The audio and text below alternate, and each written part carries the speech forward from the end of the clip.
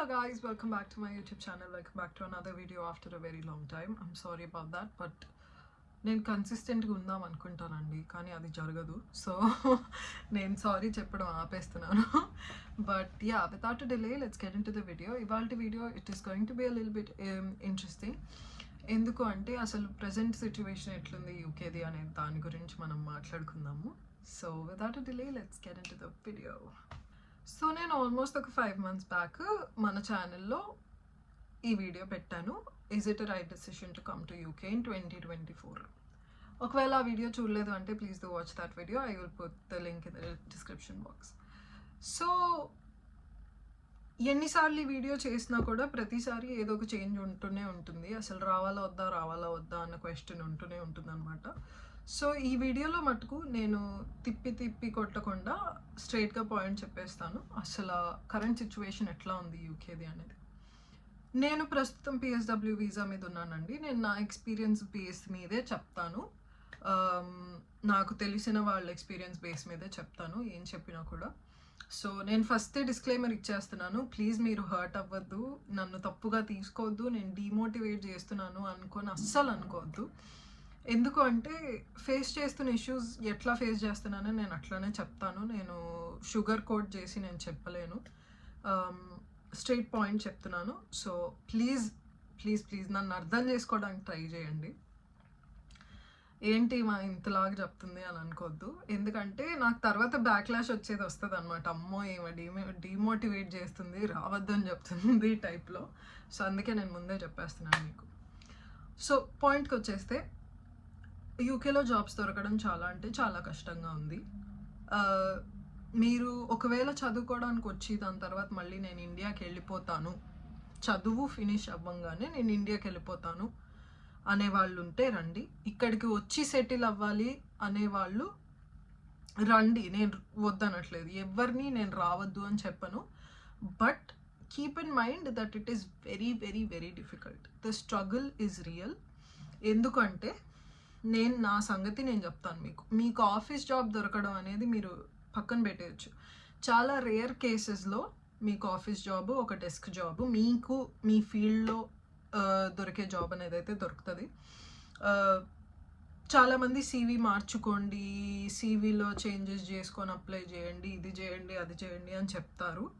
నేను అన్నీ చేశాను, అయినా కూడా నాకు జాబ్ దొరకట్లేదు.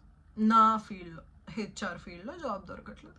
ఒకవేళ నాకు హెచ్ఆర్ ఫీల్డ్లో జాబ్ దొరికినా కూడా స్పాన్సర్షిప్ అనేది it is out of scene at this point. So ya, నేను ప్రస్తుతం నా పిఎస్డబ్ల్యూ మీద ఉన్నాను. Post study work visa 2 years దొరుకుతుంది కదా. నాకు ఏప్రిల్ 2026 దాకా టైం ఉంది స్పాన్సర్షిప్ వెతుక్కోవడానికి. నాకు ఏప్రిల్లో వచ్చింది పిఎస్డబ్ల్యూ, ఆల్రెడీ మనం సెప్టెంబర్లో ఉన్నాం, నాకు ఇంకో 18 months ఉంది వెతుక్కోవడానికి. ఎందుకు కంగారు పడడం అనుకోవచ్చు, బట్ ఎవ్రీ మినిట్ ఇక్కడున్న ఎవ్రీ మినిట్ మీరు ఉంటుంది, ఇట్ ఈస్ వెరీ క్రూషియల్. ఒకవేళ మీకు స్పాన్సర్షిప్ కావాలి అంటే, నేను చదువుకొని మళ్ళీ వెళ్ళిపోదాము అని రాలేదండి, నేను ఇక్కడ ఉందామనే వచ్చాను. నాకు అట్లీస్ట్ నేను చదువుకోవడానికి తెచ్చుకున్న లోన్ క్లియర్ చేసుకోవాలి, దానిపైన కొన్ని డబ్బులు సంపాదించుకొని వెళ్ళిపోదాము, అంటే ఇక్కడ సెటిల్ అవుదాము అన్న ప్లాన్ అయితే లేదు నాకు. బట్ ఉందాము, అట్లీస్ట్ ఒక ఫ్యూ ఇయర్స్ అన్నా ఉందాము అనేసి ఉండిందనమాట. బట్ నేను నా కాలేజ్కి వచ్చేటప్పుడు నేను తీసుకున్న లోన్ వచ్చేసి ఆల్మోస్ట్ ఒక 20 lakhs అయింది. లోన్ 20 lakhs కాదు, బట్ ఆల్మోస్ట్ మొత్తం కలిపి, లోన్ కలిపి, ఇది కలిపి, మొత్తం కలిపి 20 lakhs అయితే నేను స్పెండ్ చేసుకుని వచ్చాను. ఇప్పుడు ఎట్లా ఉంది సిచ్యువేషన్ అంటే, నేను స్పెండ్ చేసుకొని ఏదైతే స్పెండ్ చేసి ఇక్కడికి వచ్చానో ఈ నెక్స్ట్ 2 yearsలో అది తీర్చడానికి అయిపోతుంది. దాని తర్వాత ఏంటి పరిస్థితి, అసలు మీనింగ్లెస్ సైకిల్ లాగా అనిపిస్తుంది నాకు ఇది. బట్ యా, ఇక్కడికి వచ్చి నాకైతే పాజిటివే జరిగింది, నేను నెగిటివ్ జరిగింది అని చెప్పను. బట్ ఒకవేళ మీరు స్ట్రగుల్ అవ్వలేరు, మెంటల్ ప్రెషర్ అనేది మీరు తట్టుకోలేరు అంటే please do not come. Because మీకు ఎట్లా అనిపిస్తుంది అంటే ఒక పాయింట్లో మీకు ఏం చేయాలో కూడా అర్థం కాదనమాట. నేను భయపెట్టట్లేదు, నాకు జరుగుతోంది, నేను నా ఎక్స్పీరియన్స్ అనేది అయితే షేర్ చేసుకుంటున్నాను. గాడ్ మీద నాకు చాలా ఫెయిత్ ఉందండి. ఏదో ఒక ప్లాన్ జరుగుతది. ఇక్కడికి నేను రావడం అనేది కూడా ఒక ప్లానే, గాడ్స్ ప్లానే అది. ఇక్కడి దాకా నేను వచ్చాను అంటే నాకు తర్వాత కూడా దేవుడు ప్రొవైడ్ చేస్తారు. అదైతే నో డౌట్ అది. ఏది జరిగినా మంచిగే జరుగుతుంది. దాంట్లోంచి ఏదో ఒక పాజిటివే వస్తది. బట్ ది థింగ్ ఈజ్ మన హ్యూమన్ వరీ అనేది ఉంటది కదా! నాకు ఇవాళ నేను ఆల్రెడీ వర్క్ చేస్తున్న కంపెనీ వాళ్ళకి నిన్నే మెయిల్ పెట్టి అడిగాననమాట. మీరు వీసా స్పాన్సర్‌షిప్ చేస్తారా అనేసి, జస్ట్ ఒక ఎంక్వైరీ. బట్ ఇవాళ నాకు రిజెక్షన్ మెయిల్ వచ్చింది. అంటే రిజెక్షన్ అంటే వీ కెనాట్ హెల్ప్ యూ, మేము స్పాన్సర్ చెయ్యము అనేసి. నాకు ఇవాళంతా కొంచెం ఆఫ్‌లో ఉన్నాననమాట నేను. అంటే నాకు మూడ్ ఆఫ్‌గా ఉంది. ఈ సోదంతా నేను మీకు ఎందుకు చెప్తున్నాను అంటే, యాజ్ అ స్టూడెంట్ లేకపోతే యాజ్ అ హ్యూమన్ బీయింగ్ మీరు ఇక్కడికి వచ్చి కష్టపడదామని అంటే ఎక్కడికి వెళ్తున్నట్టు అనిపించట్లేదు. అంటే ఈ కష్టం అంతా దేనికి అని అనిపిస్తుంది. At the end of the day 20 లక్షలు నేను ఖర్చు పెట్టుకొని వచ్చి నెక్స్ట్ 2 ఇయర్స్ కష్టపడేది ఆ 20 లక్షలు తీర్చుకోవడానికి. దాని తర్వాత ఏంటి అనేది క్వశ్చన్ మార్క్. మీకు అర్థమవుతుందా నేను చెప్పేది? సో అట్లా అనమాట.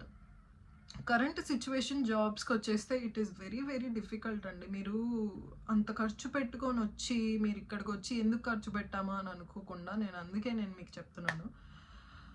ఒకవేళ వచ్చి చదువుకొని వెళ్ళిపోతాము మేము అంటే ప్లీజ్ డూ కమ్. కానీ ఒకవేళ ఇక్కడికి వచ్చి సెటిల్ అవ్వాలి అంటే మటుకి కష్టంగా ఉంటుంది. ఏం చేయాలో అర్థం కాదు. సో అదనమాట. అండ్ నెక్స్ట్ వచ్చేసి పిఎస్డబ్ల్యూ పెంచేశాడు. అది మనకు తెలిసిన విషయమే. 3000కి వెళ్ళింది అది. 3000 నేను ఎక్స్ట్రా ఆ 20 లక్షలు కాకుండా పైన 3 లక్షలు ఇంకా పే చేశాను వర్క్ వీసాకి. సో నెల తిరిగేసరికి నాకు స్ట్రెస్ వచ్చేస్తుంది తెలుసా. ఎట్లా పే చేయాలా, నెక్స్ట్ మంత్ పే చేయాలా, లోన్ ఈఎంఐ పే చేయాలా. ఎంతసేపటికి ఏమని ఉంటుందంటే అమ్మ వాళ్ళు కష్టపడి పంపించారు కదా, డాడీ కష్టపడి పంపించారు కదా, వాళ్ళకి అట్లీస్ట్ వాళ్ళు పెట్టిందన్నా వాళ్ళకి తిరిగి ఇచ్చేయాలి ఎట్లాగా అన్నా అనేది నా మైండ్లో తిరుగుతూ ఉంటుంది అనమాట. ఎంతసేపటికి అదే స్ట్రెస్ ఉంటుంది. ఇప్పుడు నేను ఇంత ఖర్చు పెట్టించాను కదా వాళ్ళతోటి, ఎట్లా తిరిగియాలి ఇదంతా అనేసి. ఎందుకంటే 20 లక్షలు అయితే ఇట్లా 2 నిమిషాల్లో అది రావు కదా. నేను యూకేలో ఉన్నంత మాత్రాన నాకు 2 లక్షలు రావు కదా. బేసిక్లీ వచ్చే శాలరీ వస్తుంది. ఇక్కడ ఖర్చులు సపరేట్గా ఉంటాయి. ప్లస్ వాటి మీద నుంచి మీరు పంపించాలి. సో ఒకవేళ వచ్చేటట్టయితే ఇవన్నీ మైండ్లో పెట్టుకొని రండి. నేను మీకు షుగర్ కోట్ చేసి వచ్చేయండి బ్రహ్మాండంగా ఉంటుంది అని అయితే చెప్పను. దొరికేది దొరుకుతుందండి. మీరు కష్టపడితే దొరకదంటూ ఏది ఉండదు, కానీ కష్టపడాలి. సో ఇవాళ అంటే ఒక్క మెయిల్లో అయిపోదులే, నేను ఇంకా వెతుక్కుంటూ ఉంటాను. నా కోసం ప్రే చేయండి. బట్ వచ్చే వాళ్ళకి చెప్తున్నాను. ఇవాళ మార్నింగే నా ఫ్రెండ్ అనమాట, నా స్కూల్ ఫ్రెండ్ వాళ్ళ బ్రదర్ వచ్చాడు. తను పాపం వాడు అసలు ఫస్ట్ ఫోన్ చేస్తూనే అక్క నాకు నచ్చలేదు ఇక్కడ అనేస్తున్నాడు అనమాట. సో మీరు ఒకవేళ నేను ఎందుకు చెప్తున్నాను అంటే, మీరు ఒకవేళ చాలా స్ట్రాంగ్గా ఉండగలము అంటే రండి. ఇక్కడికి వచ్చేసి అందరు వెళ్తున్నారు, నేను వెళ్ళాలి, సొసైటీలో ఏదో ఒక ఇమేజ్ లాగా ఉంటుంది కదా, ఓకే అబ్రాడ్ వెళ్ళాము, అబ్రాడ్కి వచ్చాక తర్వాత ఏం చేయాలో అర్థం కాదు. డబ్బులు వేస్ట్ చేసుకోవద్దండి, నేను అది చెప్తున్నాను మోస్ట్ ఇంపార్టెంట్లీ. ఎందుకంటే నేను పొద్దున్నుంచి నేను ఇదే క్వశ్చన్ చేసుకుంటున్నా. వచ్చినందుకు బాగానే ఉంది, నా గ్రాడ్యుయేషన్ అయింది, నా డిగ్రీ నా చేతికి వచ్చింది, మంచిగా పాస్ అయ్యాను, జాబ్ చేస్తున్నాను, అంతా బాగానే ఉంది. బట్ తర్వాత ఏంటి, నెక్స్ట్ ఏంటి? ప్రతి ఒక్కరు నన్ను అడిగే క్వశ్చన్ అదే, నెక్స్ట్ ఏంటి అంటే నా దగ్గర ఆన్సర్ లేదు నెక్స్ట్ ఏంటి అనే దానికి. ఎందుకంటే నాకు ఏం జరుగుతుందో నాకే తెలియట్లేదు.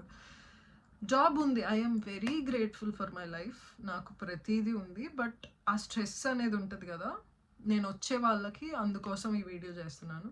వచ్చే వాళ్ళు ఎవరైతే ఉన్నారో ప్లీజ్ మీరు దేనికోసం వస్తున్నారు అనే దాని గురించి మట్టికి క్లారిటీగా ఉంటేనే రండి. ఒకవేళ మీకు తెలిసిన వాళ్ళు ఉన్నారు యూఎస్లోనో లేకపోతే ఇంకెక్కడోనో, తెలిసిన వాళ్ళు ఉన్న దగ్గరికి వెళ్ళండి. తెలిసిన వాళ్ళు ఏదో ఒక హెల్ప్ అన్నా చేస్తారు. సో మీ కెరియర్ అంటే మీరు చదువుకున్న దాంట్లో అయితే మీకు జాబ్ దొరకకపోవచ్చు అండి, బట్ వేరే దాంట్లో ఏదో ఒక జాబ్ అయితే దొరుకుతుంది.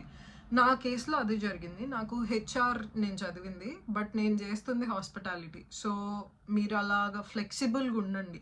మిమ్మల్ని మీరు ఫ్లెక్సిబుల్గా ఉంచుకోండి. ఇక్కడికి వచ్చేటప్పుడు మీరు ఫిక్స్ అయిపోయారు రావడానికి అంటే మటుకి ప్లీజ్ బీ ఫ్లెక్సిబుల్. ఏ జాబ్ వచ్చినా చెయ్యాలి అనేది please do keep in mind.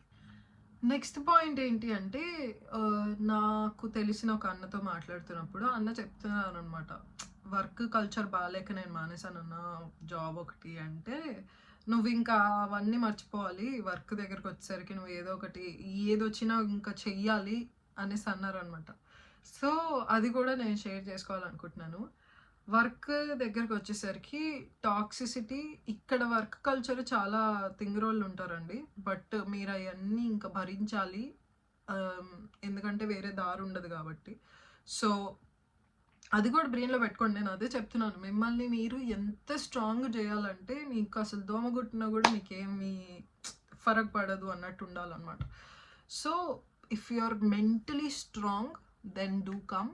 If not, this is not the place for you. I am very sorry, but డబ్బులు వేస్ట్ చేసుకోవద్దు ఈజ్ మై పాయింట్. డబ్బులు అనేది వేస్ట్ చేసుకోకండి, మీ మమ్మీ వాళ్ళ డబ్బులు వేస్ట్ చేసుకోకండి. ఒకవేళ మీ డబ్బులు మీరు వేస్ట్ చేసుకుంటారు అంటే దట్ ఈస్ యువర్ విష్. ఎందుకంటే నేను చెప్తున్నాను కదా, ఇంకా పచ్చిగా చెప్తాను, అంటే పచ్చిగా అంటే ఇంకా ఆనెస్ట్గా చెప్తాను. నాకు వచ్చే జీతం 1600 pounds. ఓకే, నాకు అవర్స్ బాగా వస్తే అంత బాగుంటే నాకు వచ్చే జీతం 1600 pounds. ఆ 1600 poundsలోంచి వాడు 200-300 ట్యాక్స్కి కట్ చేస్తాడు. సో నాకు చేతికి వచ్చేది ఇన్ హ్యాండ్ 1300 pounds. 1300 poundsలోంచి నాకు ఖర్చులు పోగా నా రెంట్, నా ఫోన్ బిల్లు, నేను తినే తిండి, నా ట్రావెల్కి ఉంటుంది కదా, అంతా పోగా నాకు ఒక 400 pounds మిగులుతుంది. ఓకే, ఆ 400లోంచి నేను 300 ఇంటికి పంపించిన ఈఎంఐ కట్టడానికి, ఆ లోన్ తిరిగేయడానికి, నా దగ్గర మిగిలేది 100 pounds. ఏదో ఒక ఖర్చులు ఉంటాయి కదా, పైన ఖర్చులు. ఒకవేళ పోనీ అవి కూడా వద్దు నాకు అంటే 400 ఇంటికి పంపించిన, మీరు గట్టి కొట్టి చూసుకున్నా మీకు మీరు తీసుకున్న 20 లక్షల్లో నేను 7 లక్షలే తీర్చగలుగుతానండి. మీకు అర్థమవుతుందా?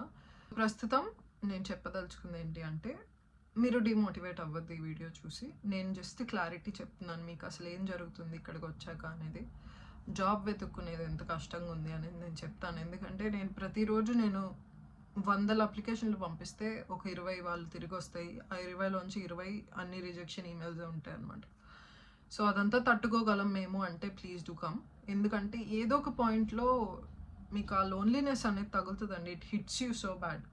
మీకు you don't want to feel like a failure to your family కానీ you do not want to feel like okay yeah I've let my people down, నేను కష్టపడట్లేదు, లేకపోతే ఏదో ఒక లో ఫీలింగ్ అనేది వస్తుంది.